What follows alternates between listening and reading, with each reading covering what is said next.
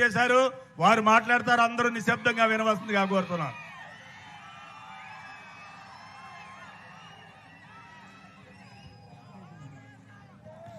Check. ఇంత ఆలస్యమైనా కూడా మా కోసం మీరు సమయం చేసుకున్నారు. మీ పనులు మానుకొని మరి మా కోసం మీరు సమయం చేసుకున్నారు. ప్రతి అన్నకు, ప్రతి తమ్ముడికి, ప్రతి అయ్యకు, ప్రతి అమ్మకు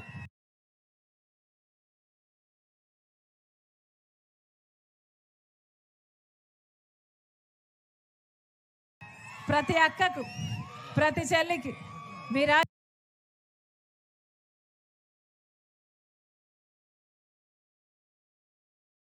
రాజశేఖర రెడ్డి బిడ్డ మీ షర్మిల శిరస్సు వంచి చేతులు జోడించి మనస్ఫూర్తిగా నమస్కరించుకుంటోంది.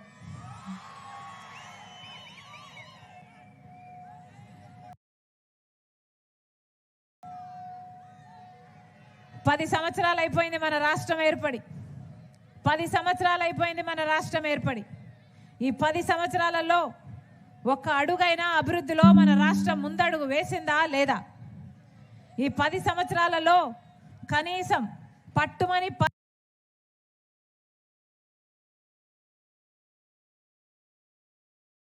10 కొత్త పరిశ్రమలైనా వచ్చాయా లేదా? మరి అభివృద్ధి జరగకపోతే, పరిశ్రమలే రాకపోతే మన బిడ్డలకు ఉద్యోగాలు ఎలా రావాలి? ఆఖరికి ఈ 10 సంవత్సరాలు వెనక్కి వెళ్ళి చూసుకుంటే ఎక్కడ వేసిన గొంగలి అక్కడే ఉంది. 10 సంవత్సరాలు మిగతా రాష్ట్రాలు అన్ని అభివృద్ధిలో దూసుకుపోతున్నాయి, కానీ మన రాష్ట్రం మాత్రం ఎక్కడ వేసిన గొంగలి అక్కడే ఉంది. నిజానికి మిగతా రాష్ట్రాల్లో పోలిస్తే మన రాష్ట్రం 20 సంవత్సరాలు వెనక్కి వెళ్ళింది. ఇదేనా మనకు కావాల్సింది? ఇదేనా అభివృద్ధి అంటే? 10 సంవత్సరాలైంది రాష్ట్రం ఏర్పడి. మొదటి 5 సంవత్సరాలు ముఖ్యమంత్రిగా చంద్రబాబు గారు ఉన్నారు. ఇప్పుడు 5 సంవత్సరాలు ముఖ్యమంత్రిగా జగన్మోహన్ రెడ్డి గారు ఉన్నారు. మరి 10 సంవత్సరాలలో మన ప్రత్యేక హోదా రావాల్సింది 10 సంవత్సరాల క్రింద అయినప్పుడు మరి ఈ 10 సంవత్సరాలలో వీళ్ళిద్దరూ ఏం చేస్తున్నారు? గాడిదలు కాస్తున్నారా? ప్రజల కోసం పనిచేస్తున్నారా? ఏం చేసినట్టు? 10 సంవత్సరాలు అయిపోయింది. చంద్రబాబు గారు ముఖ్యమంత్రిగా 5 సంవత్సరాలు ఉన్నారు. ముఖ్యమంత్రి కాకముందేమో చంద్రబాబు గారు 10 సంవత్సరాల ప్రత్యేక హోదా కావాలి అని అడిగారు. ఆఖరికి ముఖ్యమంత్రి అయ్యాక మొత్తానికి అసలు ప్రత్యేక హోదా హూసే లేకుండా చేశారు. జగన్మోహన్ రెడ్డి గారు అప్పుడు ప్రతిపక్ష నాయకుడిగా ప్రత్యేక హోదా కోసం దీక్షలు చేశాడు. చంద్రబాబు ముక్కుమ్మడిగా రాజీనామాలు చేద్దాము, ప్రత్యేక హోదా ఎందుకు రాదో చూద్దాము అని ఛాలెంజ్ చేశాడు. ఆఖరికి జగన్మోహన్ రెడ్డి గారు ఎలక్షన్లప్పుడు ఇలాగే మైకు పట్టుకొని మాకు ఎంపీలను ఇవ్వండి, మమ్మల్ని గెలిపించండి, బీజేపీ మెడలు వంచైనా సరే ప్రత్యేక హోదా తీసుకొస్తామన్నారు. వచ్చిందా? ఎన్ని ఎంపీలు ఇచ్చారు? 22 ఎంపీలు ఇస్తే మరి ప్రత్యేక హోదా ఎందుకు తేలేదు జగన్మోహన్ రెడ్డి గారు? ఇందుకేనా అధికారం ఇచ్చింది? నమ్మి ఓట్లేస్తే ఈరోజు జగన్మోహన్ రెడ్డి గారు ప్రత్యేక హోదా అన్న ఊసే లేకుండా చేశారు. ఈ 5 సంవత్సరాలలో ఒక్క నిజమైన ఉద్యమమైన జగన్మోహన్ రెడ్డి గారు ప్రత్యేక హోదా కోసం చేశారా? ప్రత్యేక హోదా మనకు ఊపిరి లాంటిదని, మన రాష్ట్ర భవిష్యత్తు దాని మీదే ఆధారపడి ఉందని చంద్రబాబు గారికి తెలుసు, జగన్మోహన్ రెడ్డి గారికి తెలుసు. అధికారంలోకి వచ్చేంత వరకు ప్రత్యేక హోదాను వాడుకున్నారు. తీరా అధికారంలోకి వచ్చాక అదే ప్రత్యేక హోదాను బీజేపీ పార్టీకి తాకట్టు పెట్టారు. ఒక ప్రత్యేక హోదా ఏమిటి? ప్రత్యేక హోదాతో పాటు పోలవరం ప్రాజెక్టును తాకట్టు పెట్టారు, రాజధానిని తాకట్టు పెట్టారు, మన బిడ్డల భవిష్యత్తునే తాకట్టు పెట్టారు. ఉందన్నా మనకు రాజధాని? 10 సంవత్సరాలు అయింది. మిగతా అన్ని రాష్ట్రాలకు రాజధానిలు ఉన్నాయి. పక్కన హైదరాబాద్ ఉంది, బెంగళూరు ఉంది, చెన్నై ఉంది. మనకేముందన్నా? మనకేముంది? చేతిలో చిప్ ఉంది. మనకేముంది? నెత్తిన కుచ్చుటోపి ఉంది. వీళ్ళను నమ్మి ఓట్లేస్తే కనీసం ఒక రాజధాని అయినా కట్టారా? చంద్రబాబు గారు 5 సంవత్సరాలు ముఖ్యమంత్రిగా ఉన్నారు. అమరావతిని సింగపూర్ను చేస్తానన్నాడు. 3D గ్రాఫిక్స్ చూపించారు. తీరా చూస్తే అమరావతి కాస్త భ్రమరావతి అయిపోయింది. కనీసం ఒక్క పర్మనెంట్ బిల్డింగ్ కూడా కట్టలేదు చంద్రబాబు గారు. మళ్ళీ జగన్మోహన్ రెడ్డి గారు ముఖ్యమంత్రి అయ్యారు. ఈయనకు ఒక రాజధాని సరిపోలేదు, 3 రాజధానీలు అన్నారు. పోనీ మూడిట్లో ఒకటైనా సాధ్యం చేశారా అంటే ఒక్కటి కూడా సాధ్యం చేయలేదు. వాషింగ్టన్ డీసీని తలపిస్తారన్నారు, మోడీ అయితే న్యూఢిల్లీని తలపిస్తారన్నారు. రాజధాని ఎక్కడుంది? ఉందా రాజధాని? ఏం మిగిలింది మనకు? గుండు సున్నా మిగిలింది. 10 సంవత్సరాలు అయిపోయింది, అందరికీ అన్నీ ఉన్నాయి, మనకు మాత్రం ఏదీ మిగలలేదు. మళ్ళీ వీళ్ళకి ఓట్లు వేయాలనా? మళ్ళీ వీళ్ళకి అధికారం ఇవ్వాలనా? వీళ్ళకి అధికారం ఇస్తే మళ్ళీ ప్రత్యేక హోదా కోసం కొట్లాడతారా? పోలవరం కోసం కొట్లాడతారా? రాజధాని తీసుకొస్తారా? బీజేపీ పార్టీతో పొత్తులు పెట్టుకున్నారు, బీజేపీ పార్టీకి తొత్తులు అయ్యారు తప్పితే ప్రజల గురించి ఆలోచన చేసింది ఏమీ లేదు. మనకు బీజేపీ పార్టీ వెన్నుపోటు పొడుస్తూనే ఉంది. మనకి ఇవ్వాల్సిన హామీలలో, మనకు రావాల్సిన హక్కులలో ఒక్కటి ఇవ్వలేదు బీజేపీ పార్టీ. అయినా అదే బీజేపీ పార్టీతో పొత్తు పెట్టుకున్నాడు చంద్రబాబు గారు. బీజేపీ పార్టీతో చంద్రబాబు గారు పొత్తు పెట్టుకుంటే జగన్మోహన్ రెడ్డి గారికి ఏమో అక్రమ పొత్తు. ఇద్దరికి పొత్తులు ఉన్నాయి, ఒకరిది బహిరంగ పొత్తు, ఇంకొకరిది అక్రమ పొత్తు. ఆఖరికి జగన్మోహన్ రెడ్డి గారు దత్తత పుత్రుడు అంటున్నారు. బీజేపీ నాయకులే, నిర్మలా సీతారామన్ గారే మోడీకి దత్తపుత్రుడు జగన్మోహన్ రెడ్డి గారు అని చెప్తున్నారే, మరి ఇంతకంటే దారుణం ఉంటుందా? రాజశేఖర రెడ్డి గారి వారసుడు జగన్మోహన్ రెడ్డి గారు రాజశేఖర రెడ్డి గారి కొడుకు అనుకొని, వారసుడు అనుకొని ఓట్లేస్తే ఈరోజు రాజశేఖర రెడ్డి గారి వారసుడుగా మిగిలారా, లేకపోతే మోడీ దత్తపుత్రుడుగా మిగిలాడా? అసలు రాజశేఖర రెడ్డి గారు ఏ రోజైనా బీజేపీని సమర్థించారా? జీవితంలో ప్రతిరోజు బీజేపీని వ్యతిరేకించారు రాజశేఖర రెడ్డి గారు. ఎందుకంటే బీజేపీ పార్టీ ఒక మతతత్వ పార్టీ కాబట్టి. ఎందుకంటే మతం పేరుతో చిచ్చు పెట్టాలి, ఆ మంటలో చలి కాచుకోవాలి. ఇదే బీజేపీకి తెలిసిన రాజకీయం. బీజేపీకి తెలిసిన రాజకీయం ఒక మతాన్ని అవమానించాలి, ఇంకో మతాన్ని రెచ్చగొట్టాలి. ఇదే బీజేపీకి తెలిసిన రాజకీయం. ఆ రోజు గోద్రా ఘటనలో ఎంతమంది ప్రాణాలు పోతే బీజేపీ పార్టీని ఉతికారేలేదా రాజశేఖర రెడ్డి గారు? మరి ఈ రోజు మణిపూర్ ఘటనలో అంతమంది క్రైస్తవులను ఊచకోత చేస్తే మరి జగన్మోహన్ రెడ్డి గారు రాజశేఖర రెడ్డి గారి కొడుకై ఉండి ఒక్క మాట అయినా పల్లెత్తి మాట బీజేపీతో మాట్లాడా? బీజేపీతో కొట్లాడా? ఆఖరికి బీజేపీకి మళ్ళీ నో కాన్ఫిడెన్స్ మోషన్ పెడితే బీజేపీకే మద్దతు ఇచ్చాడు అంటే ఈయన రాజశేఖర రెడ్డి గారి వారసుడా, లేకపోతే బీజేపీ వారసుడా? ముమ్మాటికి బీజేపీ మోడీకి దత్తపుత్రుడుగా మారిపోయాడు జగన్మోహన్ రెడ్డి గారు. ఇంత అన్యాయం చేస్తున్నారు మన రాష్ట్రానికి. ప్రత్యేక హోదాను తాకట్టు పెట్టారు, రాజధానిని తాకట్టు పెట్టారు, మన బిడ్డల భవిష్యత్తును, రాష్ట్రాన్ని మొత్తము స్వప్రయోజనాలకు తాకట్టు పెట్టారు. వీళ్ళకే మళ్ళీ ఓట్లేద్దామా? వీళ్ళనే మళ్ళీ అధికారంలో కూర్చోబెడతామా? ఒక్కసారి ఆలోచన చేయండి. రాజశేఖర రెడ్డి గారు బిడ్డల్ని గుండెల్లో పెట్టుకున్నాడు. ఫీజు రీయింబర్స్మెంట్ అయితేనేమి, ఉద్యోగాలు అయితేనేమి ఎన్ని చేశాడు రాజశేఖర రెడ్డి గారు.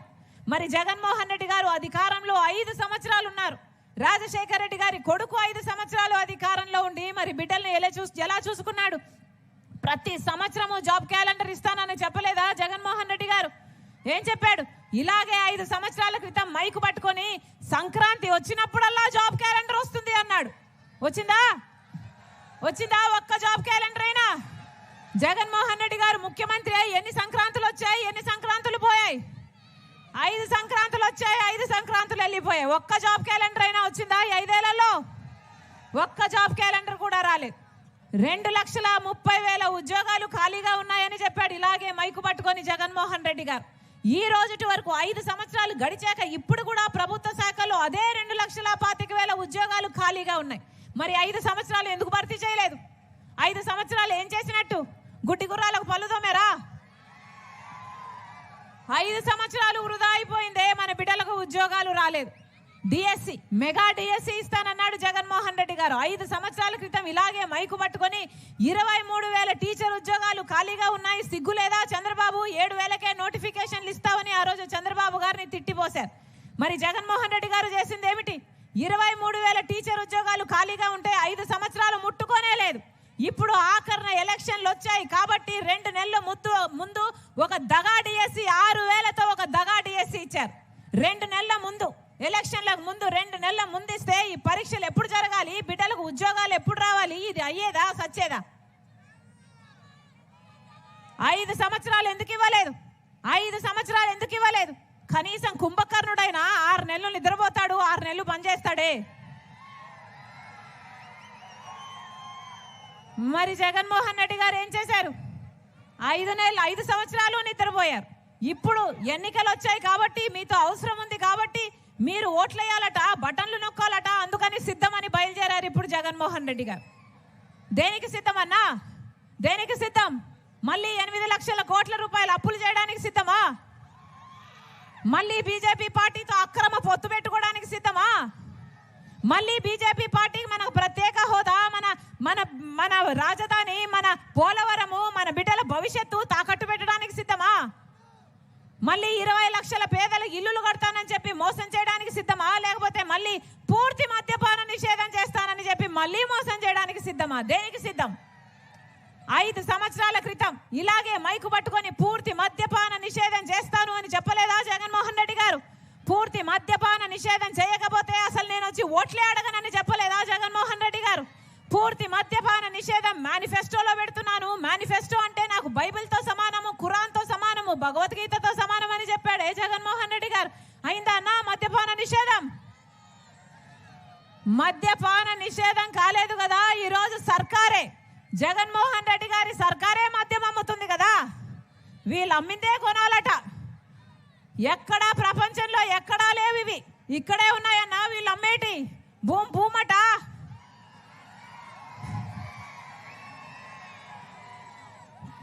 భూమట, స్పెషల్ స్టేటస్ అట, క్యాపిటల్ అట, డిఎస్సి అట.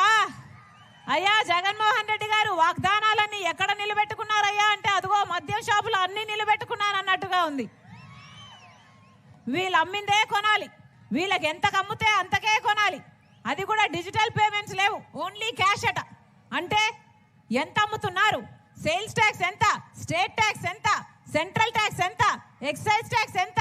ఒక లెక్క, ఒక పాడు, ఒక పద్ధతి ఏదైనా ఏడ్చిందా? ఈ కల్తీ మందు తాగి మన రాష్ట్రంలో 25% మంది ఎక్కువ చచ్చిపోతున్నారు. లివరు, కిడ్నీలు చెడిపోయి. ఎవరు పట్టించుకుంటున్నారు? ఒక్క హెల్త్ చెక్ అయినా ఉందా? మొత్తం ఏరులై పారుతుంది మద్యం. మద్యంలో అభివృద్ధి చెందింది, మధ్యాంధ్రప్రదేశ్గా అయింది మన రాష్ట్రం. ఇక మద్యం సరిపోలేదు అన్నట్టు కంటైనర్లో డ్రగ్స్ వస్తున్నాయి. ఎక్కడ చూసినా గంజాయి దొరుకుతుంది. ఎక్కడికి వెళ్తుందన్నా మన రాష్ట్రం? ఎందుకు వేయాలి వీళ్ళకు ఓట్లు? మళ్ళీ చెప్తున్నాం, బీజేపీ పార్టీ ఎక్కడో లేదు మన రాష్ట్రంలో. బి అంటే బాబు, జే అంటే జగన్, పి అంటే పవన్. చంద్రబాబుకు ఓటేసినా అది బీజేపీకి ఓటేసినట్టే, పవన్ కళ్యాణ్కి ఓటేసినా అది బీజేపీకి ఓటేసినట్టే, జగన్మోహన్ రెడ్డి గారికి ఓటేసినా అది బీజేపీకి ఓటేసినట్టే. బీజేపీని ఎదుర్కోగల ఏకైక పార్టీ ఈరోజు కాంగ్రెస్ పార్టీ. ఒక్క కాంగ్రెస్ పార్టీ మాత్రమే చెప్తుంది ప్రత్యేక హోదా 10 సంవత్సరాలు ఇస్తాము అని. అది కూడా అధికారం లేకొచ్చిన వెంటనే 10 సంవత్సరాల ప్రత్యేక హోదా ఇస్తామని రాహుల్ గాంధీ గారు చెప్తే ఆ మాట పట్టుకొని వచ్చింది రాజశేఖర రెడ్డి బిడ్డ. నేను రాజశేఖర రెడ్డి బిడ్డను, పులి కడుపున పులే పుడుతుంది. నా గుండెలో నిజాయితీ ఉంది, ఎవరికి భయపడేది కాదు రాజశేఖర రెడ్డి బిడ్డ. అలాగని అన్యాయం చేస్తుంటే చూస్తూ నిలబడి చూసేది కాదు రాజశేఖర రెడ్డి బిడ్డ.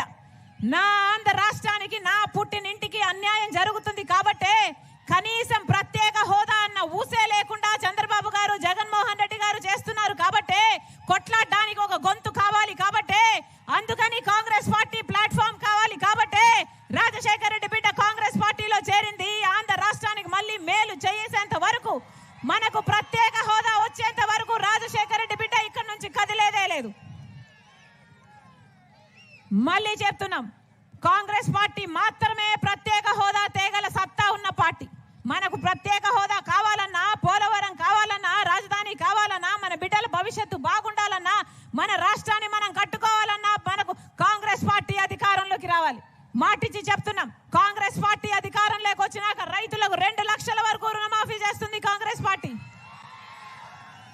కాంగ్రెస్ పార్టీ అధికారంలోకి వచ్చినాక ప్రతి పేద ఇల్లు గడుపుకోవడానికి, ఇంటి ఖర్చుల కోసం ప్రతి నెల 8,333 రూపాయలు, అంటే సంవత్సరానికి 1,00,000 రూపాయలు, 5 సంవత్సరానికి 5 లక్షల రూపాయలు ప్రతి పేద కుటుంబానికి ఇస్తుంది కాంగ్రెస్ పార్టీ. ఎలాగైతే రాజశేఖర రెడ్డి గారు ఇందిరమ్మ ఇల్లులు 40 లక్షలు కట్టాడు, మళ్ళీ అలాంటి ఇందిరమ్మ ఇల్లులు రాజశేఖర రెడ్డి బిడ్డ చెప్తుంది ఇల్లు లేని ప్రతి పేద కుటుంబానికి 5 లక్షలు పెట్టి పక్కా ఇల్లు కడుతుంది కాంగ్రెస్ పార్టీ. మన బిడ్డలకు ఉద్యోగాలు రావాలన్నా, పెన్షన్లు 4,000 కావాలన్నా, వికలాంగుల పెన్షన్లు 6,000 కావాలన్నా కాంగ్రెస్ కాంగ్రెస్ పార్టీ అధికారంలోకి రావాలి. మనస్ఫూర్తిగా ఆశీర్వదించండి. ఎమ్మెల్యే క్యాండిడేట్లు వెంకట్, స్థానిక ఎమ్మెల్యే క్యాండిడేట్ మీ వెంకట్ గొప్ప మెజారిటీతో గెలిపించండి. మీకు అందుబాటులో ఉంటాడు, మీ గొంతైతాడు, మీ బలం అవుతాడు. మనస్ఫూర్తిగా ఆశీర్వదించండి. అలాగే ఎంపీ క్యాండిడేట్ గిడుగు రుతురాజన్న గారు, మీ బిడ్డ మీకు సేవ చేయాలని ఆశపడుతున్నాడు. అవసరమైతే ఢిల్లీలో నిరాహార దీక్ష అయినా చేస్తాడు ప్రత్యేక హోదా కోసం. మనస్ఫూర్తిగా ఆశీర్వదించండి. గొప్ప మెజారిటీతో కాంగ్రెస్ పార్టీ అభ్యర్థులని, అలాగే ఇండియా కూటమి అభ్యర్థులని రంపచౌడవరంలో నిలబడుతున్నా రామారావు గారిని, మిగతా కాంగ్రెస్ పార్టీ అభ్యర్థులందరినీ కూడా పేరు పేరున ఆశీర్వదించాలని ప్రతి అన్నను, ప్రతి తమ్ముని, ప్రతి అక్కను, ప్రతి చెల్లిని మీ రాజశేఖర రెడ్డి బిడ్డ శిరస్సు వంచి చేతులు జోడించి మనస్ఫూర్తిగా ప్రార్థిస్తుంది. జోహార్ వైఎస్ఆర్, జోహార్ వైఎస్ఆర్, జోహార్ వైఎస్ఆర్. హస్తం గుర్తుకే, హస్తం గుర్తుకే, హస్తం గుర్తుకే. అన్న హస్తం గుర్తు, రాజశేఖర రెడ్డి గారి గుర్తు, హస్తం గుర్తు, అభయ హస్తం, చేయి గుర్తు. అన్న గుర్తు ముఖ్యం, గుర్తు మర్చిపోకండి, గుర్తు మర్చిపోకండి అన్న. హస్తం గుర్తు, హస్తం గుర్తున్నా. అమ్మ ఆశీర్వదించండి, అన్న ఆశీర్వదించండి, అన్న ఆశీర్వదించండి. హస్తం గుర్తన్న. అన్న ఉంటా. నమస్తే అన్న, అన్న నమస్తే, అమ్మ నమస్తే, నమస్తే అమ్మ, అమ్మ నమస్తే, అమ్మ నమస్తే, అమ్మ నమస్తే. బాయ్రా బాయ్రా.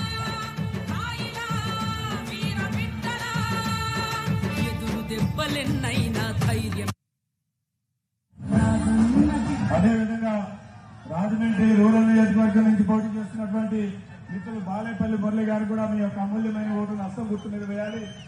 రాజానగరం నియోజకవర్గం నుంచి పోటీ చేస్తున్నటువంటి ముద్ర శ్రీనివాస్ గారు, పెద్దబాబు గారు, వారు కూడా మీ యొక్క అమూల్యమైనటువంటి ఓటును హస్తం గుర్తు మీద వేయాలి. అనపర్తి నియోజకవర్గం నుంచి పోటీ చేస్తున్నటువంటి డాక్టర్ వై శ్రీనివాస్ గారికి మీ యొక్క అమూల్యమైన ఓటును వేయాలి. కొవ్వూరు నుంచి పోటీ చేస్తున్నటువంటి సోదరిమణి మన జిల్లా కాంగ్రెస్ అధ్యక్షురాలు శ్రీమతి అరుణ్ కుమార్ గారికి మీ యొక్క అమూల్యమైన ఓటును హస్తం గుర్తు మీద వేయాలి. అదేవిధంగా గోపాలపురం నుంచి పోటీ చేస్తున్న